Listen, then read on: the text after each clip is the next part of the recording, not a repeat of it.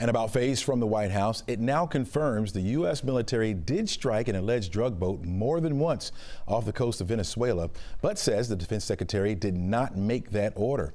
Here with the latest now is NBC's Alice Barr in Washington, D.C. And Alice, President Trump huddled with his national security team in the Oval Office last night to talk about Venezuela and the next steps. Walk us through how the administration now made this pivot. Yeah, this has changed pretty dramatically since the last time that we spoke yesterday.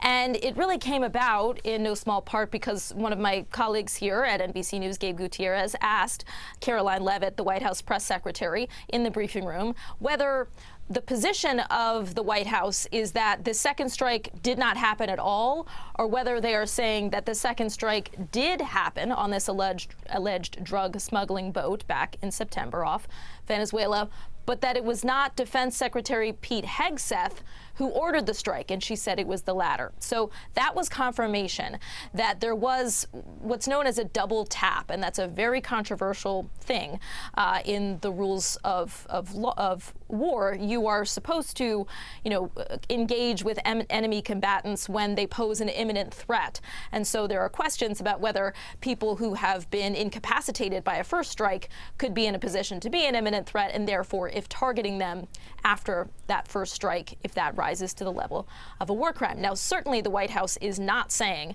that they think this is anything like a war crime, but they are saying that it was in fact Admiral Frank Bradley, not Defense Secretary Hegseth, who ordered the second hit. And Karoline Leavitt, the White House press secretary, said, quote, "Admiral Bradley worked well within his authority and the law. He directed the engagement to ensure the boat was destroyed and the threat of narco-terrorists to the United States was completely eliminated." Admiral Bradley is overseeing a ramped-up U.S. military presence in the Caribbean that's part of the administration's fight against drug traffickers. President Trump has declared that drug cartels are foreign terrorist organizations and that justifies these strikes. Yeah. Yesterday, you also talked to us about how the Congress is already looking into hearings on Venezuela on that situation. How does this new wrinkle factor into all that?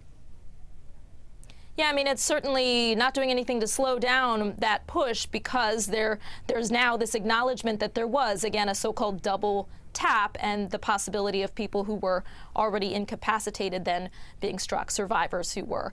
And we've already heard from some of the top members of the House and Senate Armed Services Committees, and the Republican leader of the Senate Armed Services Committee said that classified oversight hearings could begin as soon as this week. He said in that setting, those lawmakers would be able to see videos, see what the orders actually were, and get a lot more insight and information here. He is promising a bipartisan push to get to the facts.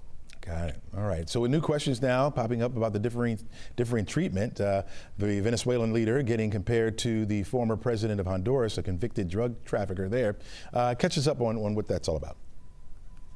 Yeah, this is another sort of branch of this whole story, is that President Trump has been accusing Nicolas Maduro, the leader of Venezuela, of being in coordination with drug traffickers in that country and, being part of the drug trade, essentially. And that is part of why he's been cracking down so hard on Venezuela and raising the pressure so much there.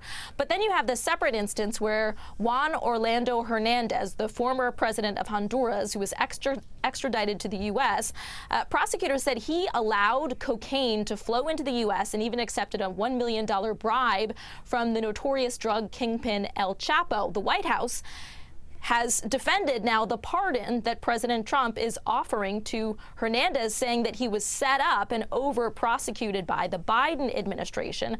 And we should note that when his trial happened in 2022, during Biden's term, the investigation actually began during the first Trump administration. All right. Alice, thanks so much for joining us this morning.